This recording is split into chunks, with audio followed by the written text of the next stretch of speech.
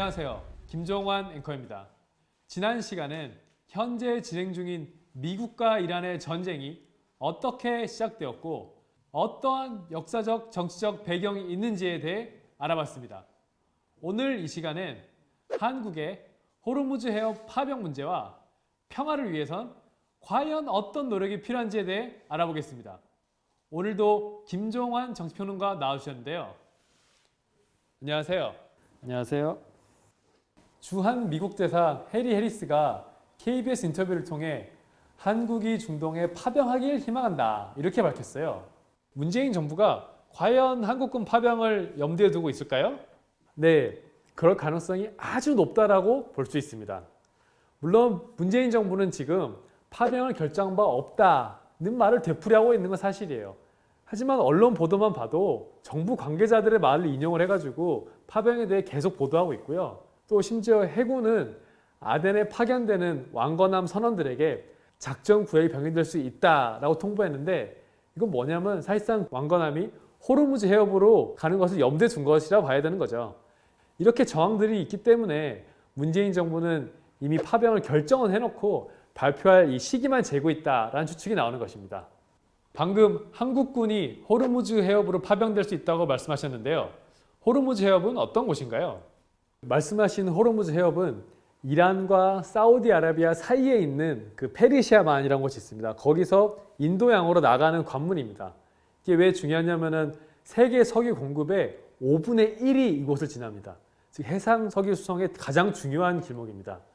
더욱이 이 인근 나라들이 최근에 엄청난 부를 쌓으면서 세계적 금융 허브가 됐어요. 따라서 이곳에 충돌이 벌어진다면 그 파장은 아주 클 수밖에 없는 거죠. 이렇게나 위험한 전쟁에 문재인 정부가 파병을 고려한 이유는 뭘까요? 미국의 압박 때문일까요? 문재인 정부가 파병을 고려하는 것은 단지 미국의 압력에 떠밀려서가 아닙니다. 한국의 지배자들에게 해외 파병이란 것은 세계 최강 대국인 미국과의 동맹 관계를 강화하고 세계 무대에서 자신들의 그 좀 위신을 높이는 그런 수단이라고 보는 것이죠. 사실 중동 민중의 피를 대가로 이익을 취한다는 그 발상 자체가 대단히 파렴치한 것이지만 문재인 정부도 이런 생각에서는 예외가 아닙니다. 실제로 그 문재인 정부가 집권해서 한 행보를 보면은 실제로는 평화보다는 한미 동맹을 더 중시한다는 것을 곳곳에서 확인할 수 있습니다. 그런데 집권 초부터 사드 배치를 강행하지 않았습니까? 또 세계적으로 손꼽힐 정도로 한국은 미국산 첨단 무기를 대거 구입하는 나라입니다. 또 트럼프가 그 중국을 견제한다면서 발표한 인도 태평양 전략이라고 있거든요. 거기에도 문재인 정부는 협력하겠다고 밝혔습니다. 실제로 한국 정부가 파병을 결정한다면은 평범한 한국인들은 전혀 이익이 아닌데 일단 정의롭지 않은 전쟁에 동원되는 것이고 더 나아가서 국내외에서 한국인을 타겟으로 한 이른바 피격 위험이 더 높아지는 것이죠. 네, 김종환 평론가 감사합니다. 다음은 미국 이란 전쟁에 대한 시민 의견을 들어보려 김종환 기자가 서울 시내에 나가 시민들을 만나봅니다. 김종환 기자. 저는 지금 광화문 사거리 인근 한 골목에 나와 있는데요. 시민 한 분을 모시고 말씀을 들어보도록 하겠습니다. 안녕하세요. 안녕하세요. 문재인 정부가 그 파병을 통해서 미국의 인정을 받아서 이 방위비 협상에서 좀 양보를 얻어내겠다 이런 전략을 밝히지 않았습니까? 저는 말이 안 되는 소리라 생각합니다. 그 미국이 지금 자기는 패권 유지하는데 이 돈이 부족해서 동맹들한테 손 벌리는 처지인데 그거 파병한다고 돈 달라고 덜 한다고요? 그건 아니라 생각하고요. 하지만 현재 북미 관계가 좀 냉랭하지 않습니까?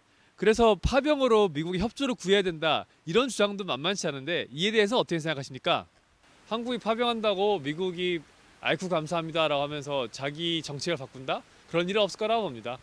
오히려 파병해가지고 미국이 중동에서 이란 그거 하는데 좀 더 유리해지면 오히려 그 덕분에 미국은 더 기세 좋게 중국에 달려들면은 그 사이에 낀 우리만 더 힘들어지는 거 아닐까? 저는 그게 더 맞는 것 같아요. 소중한 의견 잘 들었습니다.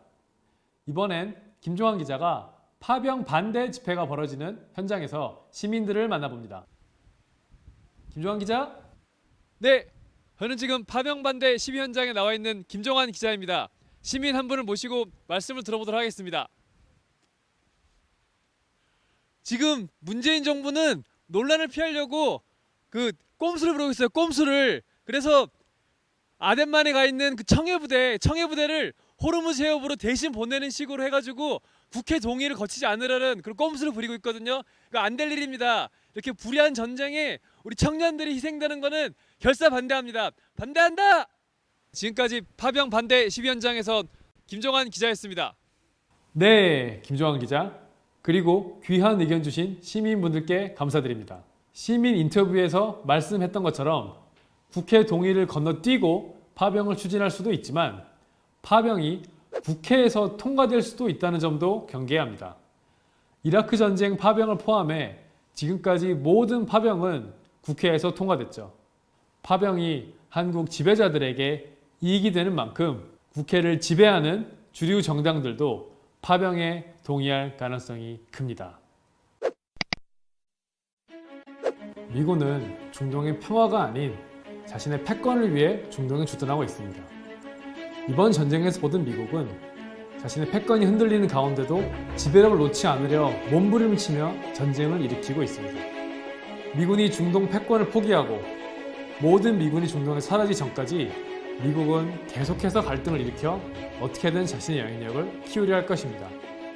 이런 미국에게 한국 정부가 맞장구 치며 파병하는 것을 막으려면 아래로부터 파병에 반대하는 운동을 건설하고 미국이 중동에서 철군하는 것만이 진정한 평화를 가져온다는 주장을 하는 것이 가장 효과적이고 중요한 해결책이 될 것입니다.